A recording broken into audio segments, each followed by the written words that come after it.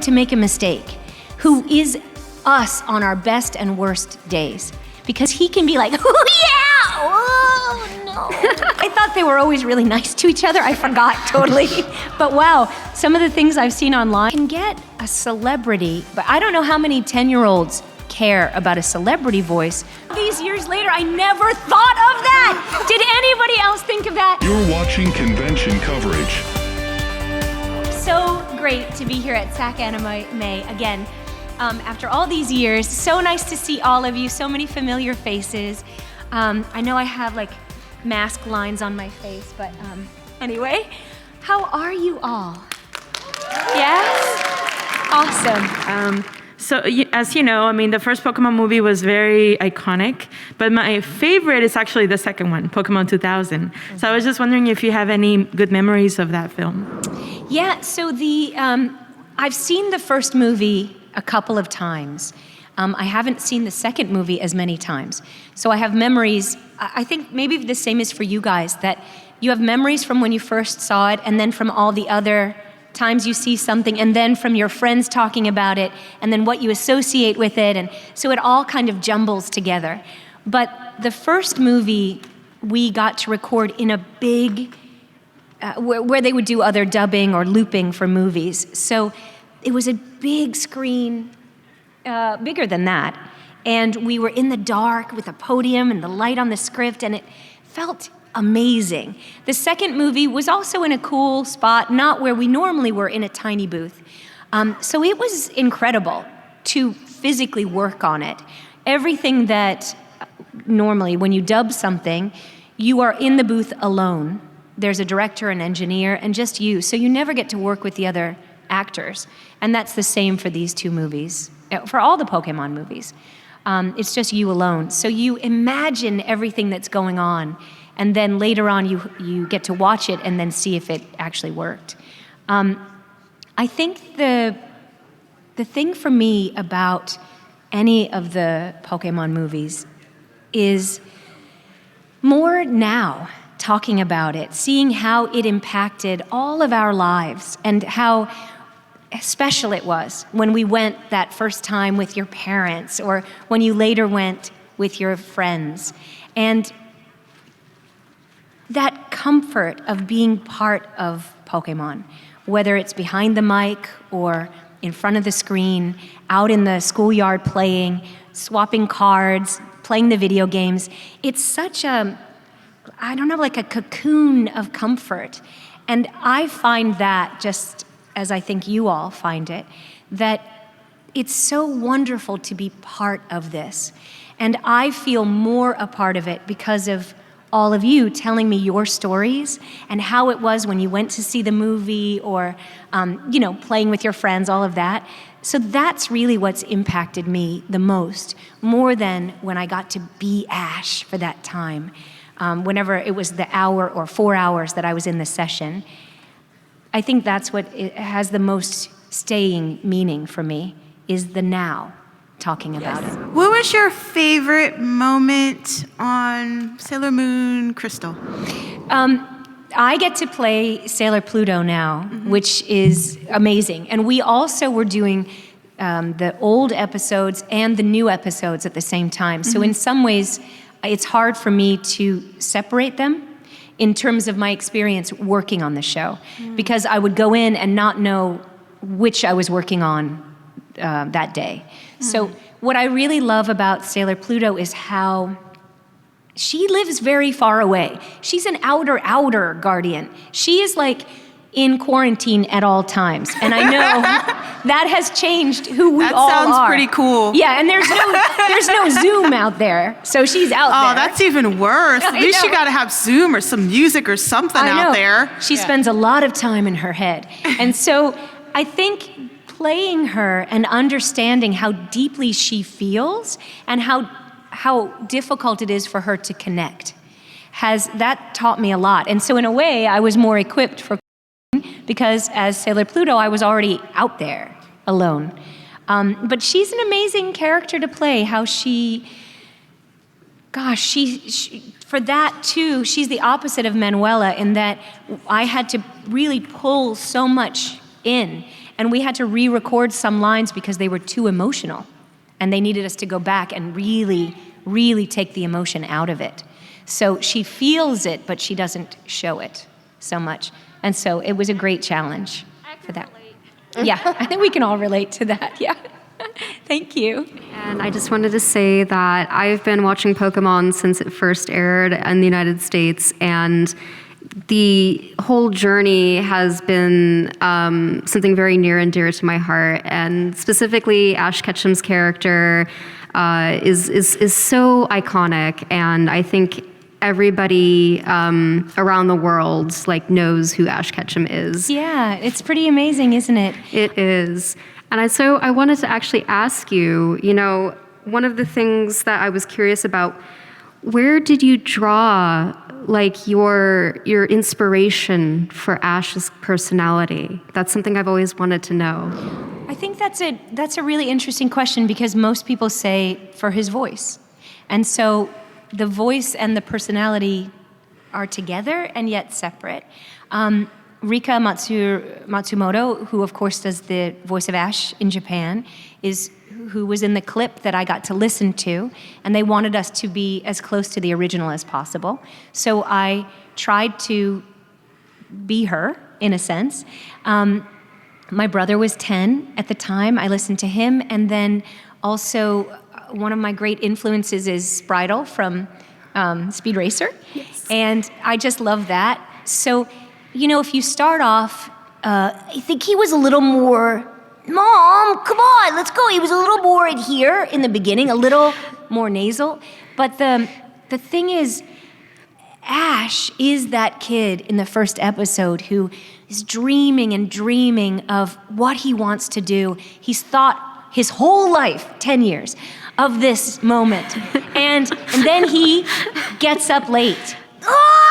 And he runs out the door, gets over there, gotta get what? And so that moment of that, the dreaming, that being us, who we are, and then in that episode, getting what you didn't want, which we've all experienced that, and then throwing your life on the line to defend this Pikachu, because that's who you got and we're gonna make this work, that's what defined for me who Ash Ketchum is. Someone who is so there, who's not afraid to make a mistake, who is us on our best and worst days. And that's why I think we all identify with him, because he can be like, oh yeah, oh no. And then, but that's it. And he doesn't apologize. He just tries to be better. And so that's what inspired me and continues to inspire me as a regular person, as a mom, as a friend, as a human, to just get out there and be in the moment and try to make a difference. So from playing Ash, I really learned the importance of that. And I carry that in my little backpack with me everywhere. Thank you. Yeah. I did always feel that Ash really did exude a love for life and a hope, for the future. Yeah, that's it. Because he doesn't know anything else. He is out there to win. But winning doesn't really matter. Winning is all, as you go down the winding road, I guess win is in wind. So you go down the winding road. Too deep. Stop talking. There are many people who say that Ash was never a good Pokemon trainer, but I think that's false, because what made him a good Pokemon trainer is that he cared very deeply for his Pokemon, and in that way he was the best Pokemon trainer, and in that way he did win. And he carries everyone with him. Yes. He doesn't put himself, he never has stepped on someone to win. He will push them ahead of him. Yes. And that, I think we can take a lesson from that too. What Thank a lovely you. question. Thank you. What a lovely person. Thank you so much. Just going back on the first part of your question when you discussed how you got the role of Ash Ketchum. So many people have noticed in the first half of the first season, Ash had a deep and smooth-sounding voice while the second half had a higher pitch and raspier voice.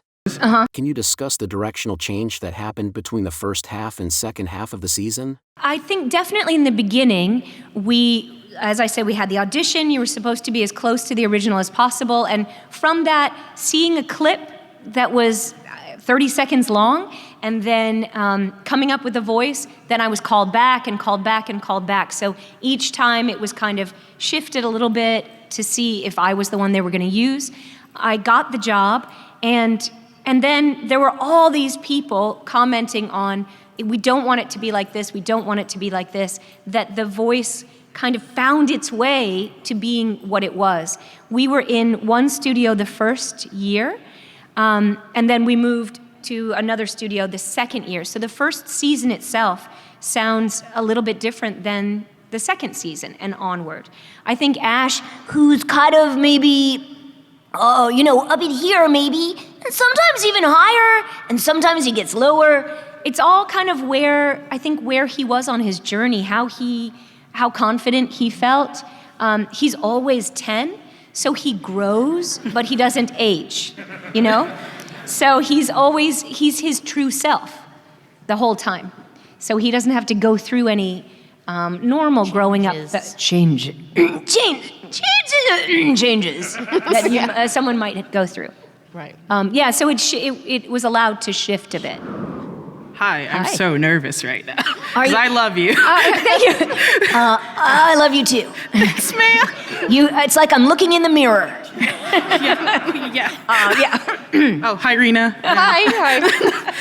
She loves you too. I do. I do. Thank you. You were so sweet to me at the thank thingy. you. I can't speak. Neither can I. You know what? Okay. I will also say that talking in front of a microphone makes me incredibly nervous too. So I really admire you. So, all right, onward. I was wondering, what is your favorite thing a fan has given you, or your favorite thing that you've signed? I do mean that with your presence is the greatest gift, because people coming up and telling me their story, including both of us. I've seen pictures that people have taken from when they were 10 and they've come back and now they're back with their children. And I've seen the pictures through the years. That's remarkable to me. Rena has been, coming since she was 4 to panels with me, and we've seen pictures from how she's grown also. And I'm only 14. Yes, it was amazing. Wow. Yeah. Just kidding. But to see, for all of us to be part of the same family, that's a gift. It's amazing. It's an amazing thing. I really love seeing all the artwork that people make. That's what I was That's gonna been say. really cool. Seeing the art, just people get their artwork signed, and I think that's really cool because you should keep the stuff you make. And then sometimes people will give us their artwork, which is incredibly honoring. So We have honored a to very have small that. apartment, and we've kept it all. Yeah, we do. But it's really cool to see people's renditions of, the anime and all that kind of stuff. And So how I it's really love that. inspired them. Yeah. It's so amazing that something, and there are many things, but that something like Pokemon can inspire so much. That's been great. Yeah.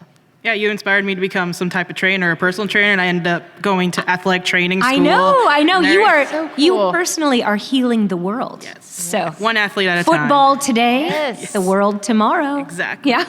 Thanks, Veronica. Yeah, thank Thank you. you. She really is a personal trainer, sports trainer. So if you need something, Get that Ash. catch Ash. Yeah. What is your favorite Ash roasting line? Because that was always the funny part in the 4 Kids Right. early when we were like, I love to speak like that in front Yeah. of people.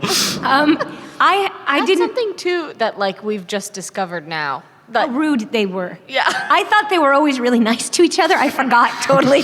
But wow, some of the things I've seen online, I was like, that is really harsh. There's some other other compilation videos that we've stumbled across. It's Ash roasting Misty for 15 minutes. Yeah. Or Ash being savage for Yeah. 10 minutes. It's just so funny. It's so funny. I will say the writing is amazing, and Michael Hegney, who's here this weekend, did a lot of that writing. And It's just so funny. Do you have a favorite line? Oh that he yeah, says? it was like there's like a lot. There's like a lot, ton. yeah. So like there was this one moment where like Ash roasts Misty in the garden, and there's another one very early on where like Ash and Brock are looking at the girl's picture this boy is showing them, and she roasts Misty there. Oh, there's just something about, they're really mean to Misty. Do you remember the line? I can say the line if you tell me what it is, but I can't remember any of them. Because I only remember the nice things. Is that, not like some other girl treats you bad or something like that. Oh yeah, because Brock is always not like some other girl. Yeah, I think it's probably better in the episode than me saying mean things here, like, I should have done that would be horrible. Oh, Missy's not real. She's not going to complain. She has feelings, okay? I know. Yeah, she's been through a lot. Her bike was taken. Yeah, I mean, come on. Her sisters are mean, bullies. Rena and I are starting to do a podcast that's looking through the episodes because of generational. When Rena was born at the end of the first season, so she didn't watch Pokemon for a while. Yeah. She was a baby. But I feel like I'm probably going to be psychically connected to some episodes. Yes, because you were my there. time in the womb. Yeah. So anyway, we're going to start talking about some of that stuff. So we'll revisit. We'll some of have those more lines. knowledge soon once we start actually watching the show. Thank you. You mentioned like rewriting some of the scripts for kids because like sometimes they didn't fit Ash. How was the process for that? Like, what was your writing process personally too? So for anything that's dubbed, an episode will come in, then it gets translated, and then it gets adapted. And so for Pokemon specifically, it would get adapted, and then the script would have to go through many different parts of Pokemon, and then standards and practices for broadcasting, all of that stuff to see what would pass. Then we would record it.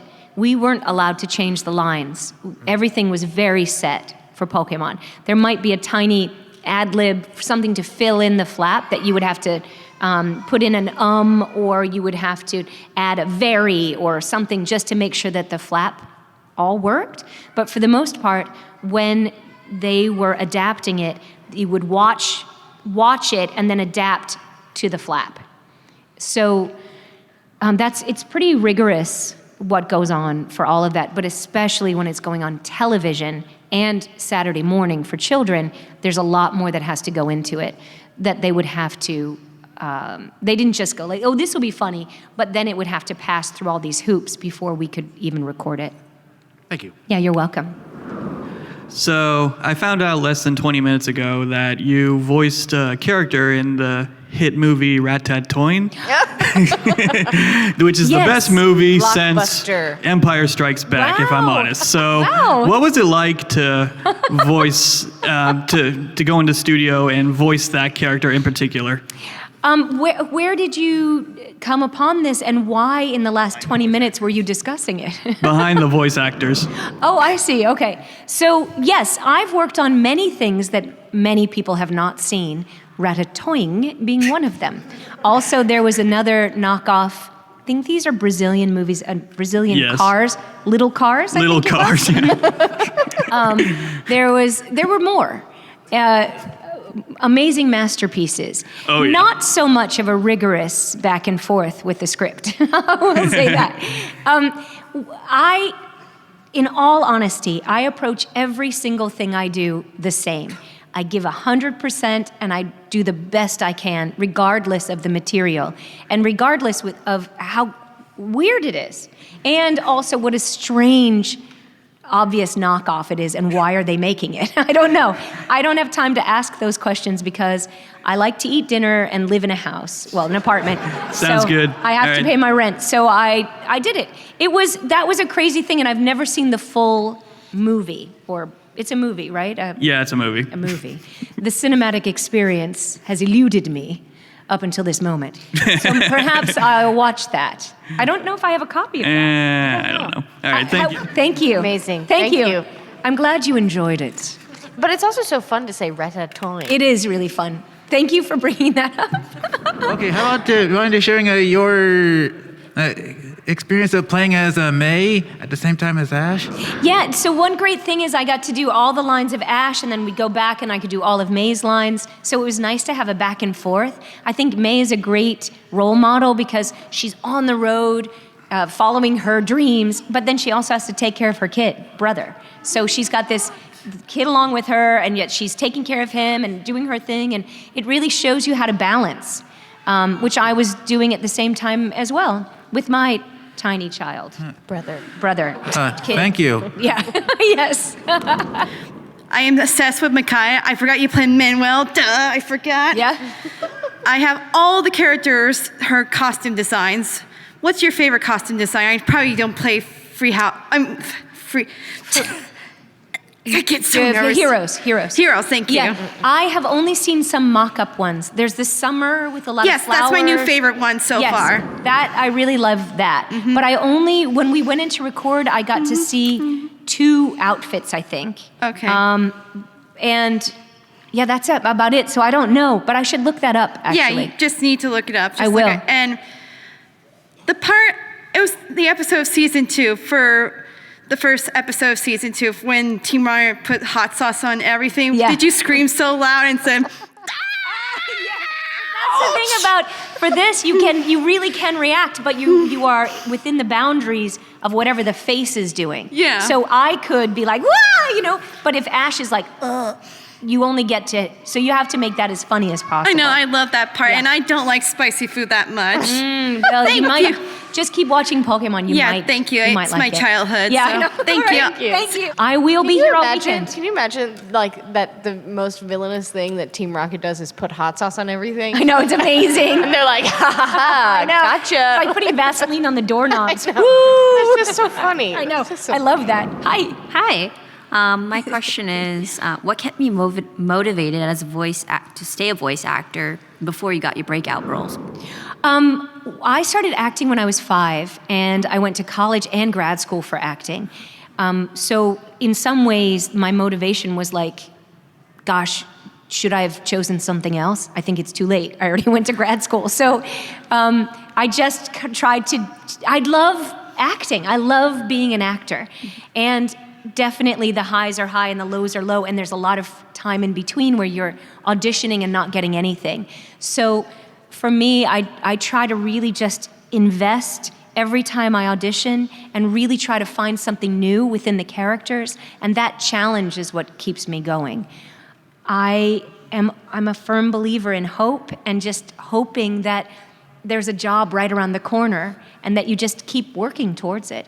So that keeps me motivated. I love the storytelling aspect of acting. I narrate a lot of audiobooks, so I literally tell the story. But I love that. I just love telling stories. So I love auditioning and hoping to get something. And that is what buoys me, that hopefully I will. My second question would be, do you think it's harder now to be a voice actor than it was, like, I guess, when you started out? I think there's a lot more opportunity now. Now you would say, I want to be a voice actor. I've always just said I want to be an actor. When I got my first anime in 1995 or 96, there just wasn't that much. To be a voice actor, you would have been doing commercials. There weren't that many cartoons really then. So in some ways it's easier now to find work as a voice actor. But that doesn't mean you're getting paid, and it doesn't mean you're getting paid well, and that has not changed. For a lot of things, the pay rate has gone down since I started.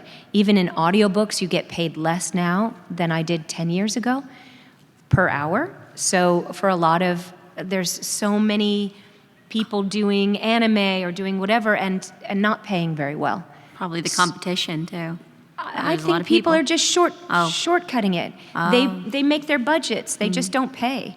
So I don't know. I don't think there's an excuse for that, of taking advantage of your creatives, whether that's actors, musicians, writers, artists. You need to get paid, because if you're not eating, you can't create that well. And so we all need to make a living. So, if you're constantly scraping around and also trying to push people out of the way because you're not getting work. That's no way to live. We want to all live where there's bounty. There's a lot of animation out there. We all want to work. So people should be paid fairly, I think. Again, that's why unions are important. Again, I say as if I mentioned it before, but it was in my mind. But so you have fair wages. Yeah. And that's it. Anyway, so there's a lot more work. I think it's harder to get because the pool is murkier, and there's just a lot of people vying for it, and people will undercut and pay less just to get someone. So there's. Okay, thank you. You're welcome. Ever since 1992 with Aladdin and Robin Williams voicing, a lot of the times they bring in celebrity voice actors instead. And one really recent one is Chris Pratt as Mario. Personally, I don't know anybody that would say, like, I wasn't going to see the Mario movie, but now that Chris Pratt is voicing Mario instead Is that real? Is he still doing that? Yeah. Oh, I thought that was a joke. Anyways, so my question's a bit of a two-parter, which is you voiced Ash in actual movies. How was that as opposed to, was it nice to do that as opposed to being replaced by some famous actress like Reese Witherspoon or oh my gosh, something? Which would be so sad. We were all replaced after season 8, so I've experienced the being replaced part and not having a say in it. There's other things that I've worked on, and then I found out later I'm not in it because I was replaced when they decided to do something else. So that it does happen. I am so thrilled that I got to be Ash for my whole 8 seasons. I think that the thing is you can get a celebrity, but I don't know how many 10-year-olds care about a celebrity voice rather than someone who has the heart of the character. And so I think that was something dropped, but I'll take it. Yes!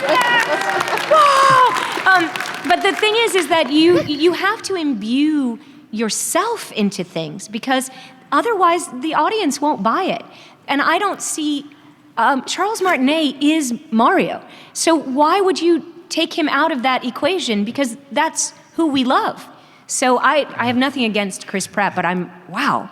That actually answers my second question, which was, what was your thoughts on like the divide between Hollywood actors becoming voice actors versus, using people that have voice acted characters for years? Yeah, well, that takes care of that. So I think you should look, we're the ones watching stuff. We are the ones who invest in it. So the fans are what drive anything to be bigger. You can have many things. You can have something that has been in the closet, Ratatoing, for a long time, and then suddenly people really love it and you want to see more of it. So, gosh, or Slayers, I should say. But that's the thing. Why do you replace the people who made it for you? Why do you replace your childhood, your nostalgia, with someone who can perhaps bring in people who have nothing to do with the franchise, who don't even care, but they like that Hollywood star? So I don't know, I'm against that. I think it's all about a cash grab rather than a potential cash grab. Because don't we all want to see, don't you want to see Winnie the Pooh? Don't you want to see Jim Cummings do Winnie the Pooh and not someone else? Or even that, Charles Martinet doing Mario. I'd go to anything he's in. Anyway, that's my thought. Thank you. I think it's also tough because there's a benefit, not a benefit, but I think a lot of the times now in kids' movies and just in general, a lot of the famous actors are getting hired to do their voice. But Steve Carell is really well known, but he's great in Despicable Me. He's doing a character, and that's really awesome. But he's really good. But he's not just being Steve Carell as Gru. That would be so boring. So I think it's hard because,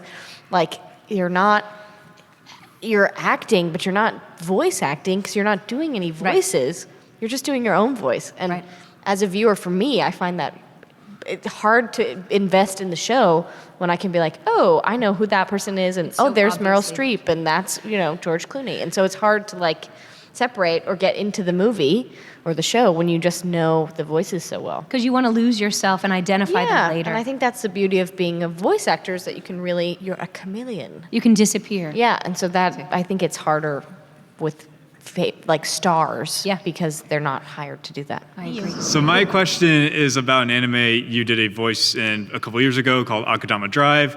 You were the executioner boss. You didn't have a name, you were just called the boss.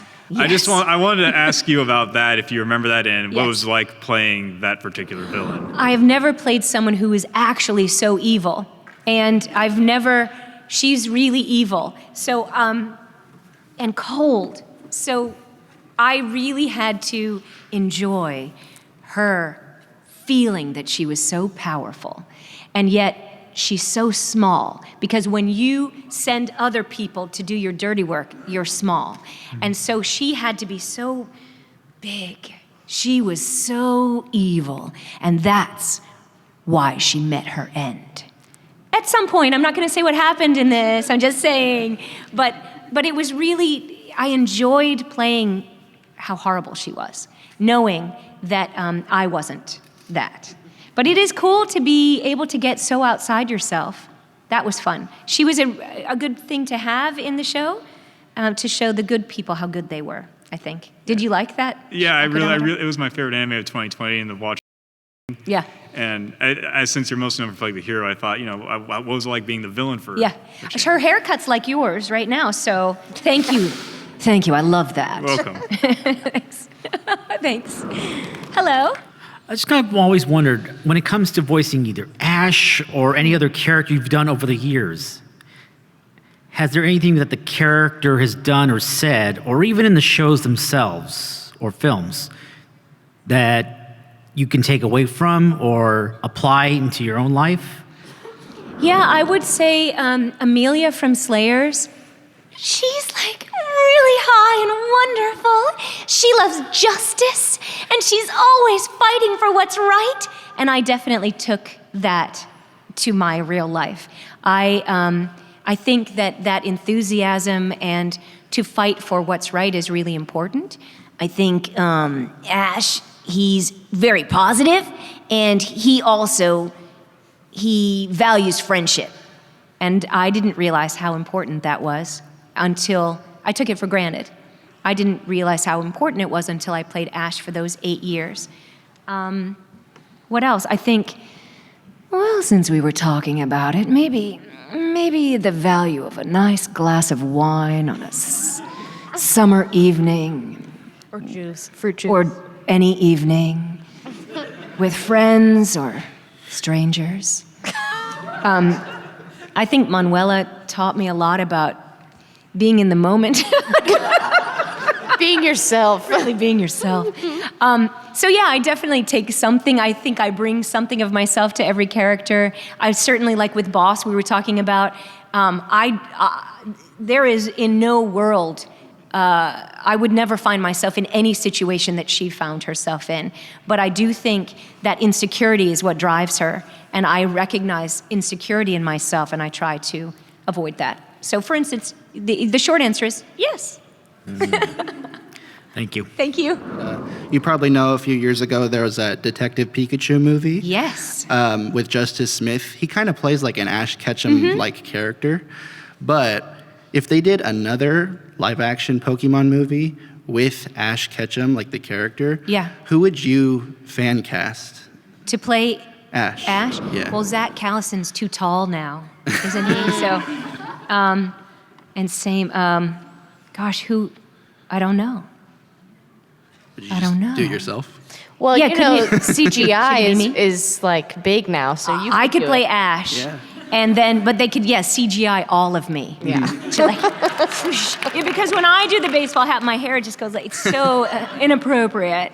But you couldn't really cut your hair for the role. I wouldn't, but I might. Yeah, but you might. I wouldn't have to, it just sticks out. Yeah. I don't have to cut off like this much. I have to think about that. I don't know. I don't know. That's a good question, though. Do you have someone in mind already? Oh, yeah, probably Chris Pratt. Oh, yeah, No, that's no. right. Yeah, for sure. I was thinking about, I don't know, maybe like with people like the Stranger Things kids, maybe like Finn Yeah, Wolfhard. those kids are all of them are so nice. We've gotten to see them at conventions also. Amazing kids. Yeah. I would like to play Ash's mom. Yeah. I could do that. Or any of those. Yeah, that's a good question. I'm going to think more on it, though. Cool, thank you. Thanks. Thank you. Yes. I noticed that Ash's two most trained Pokemon, Pikachu and Charmander, both one's electric, one's fire. They both burned things and turned things into ashes. Yeah, that's right. Ashes. Was Whoa. that on purpose or a coincidence? I really think, okay, I can't tell you for Maybe real because I don't know. subliminally. Subliminally. There's never a mention of that, so I cannot say that's a fact. That's hilarious, and I never even thought about that. It's so funny. And they even char him sometimes, so he's in ashes. Gosh, no, I think his name was Satoshi, after Satoshi Tajiri. So in Japan, he is still Satoshi. And then he was going to be Casey in America. We started with Casey, and then they switched to Ash. So I'm sure that it's Satoshi, but it's Ash is in that name. So I think that's why they came up with it. Okay, I only thought because Misty, water Pokemon Mist. Yes, Mist. Rock Pokemon. Oh my gosh, this is blowing my mind. Wow.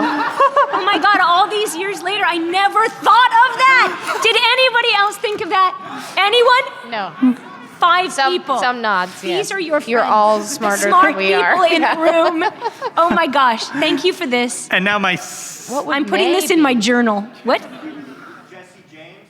Jesse James. Yeah. Yes. Oh, Jesse James. Oh yeah. No, but you mean because of Jesse and James. Yes, I know. And Attila, Hun, they had all of those. Yes, because I played Hun. Yes. And my second question is for Ash. Okay. Ash, you and Misty bicker frequently in a way that's very reminiscent of Phil and Will from Rugrats. But have you ever considered seeing how Misty would react if you asked her to dance with you on the disco floor to More Than a Woman by the Bee Gees from Saturday Night Fever? I'd consider seeing a therapist. I don't know how to answer that. More Than a Woman, she's a girl. I'm uncomfortable with both. Dancing, I don't think so. Next question. All right, next question is so long. Thanks so much. You're amazing. That's so funny. I know, oh my gosh. Hi. Hi, it's good to see you again. I was at the last con you were at too. Yeah, nice to see you too. So I'm gonna ask a question about a lot of the controversial dub you did. How do you still feel about One Piece? Was that controversial?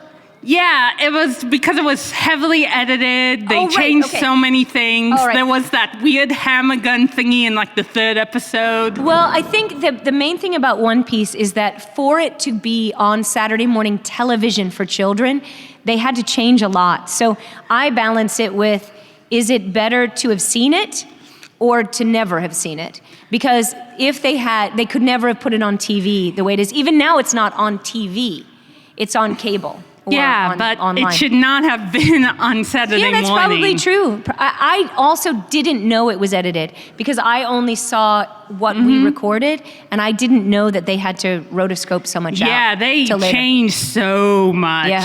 I guess I feel like you do. It's, it shouldn't have been on Saturday morning, but I think it was really cool to play Nico Robin and to be part of that, and young Sanji, and it was a really fun show. So I'm glad to have gotten a chance to work on it.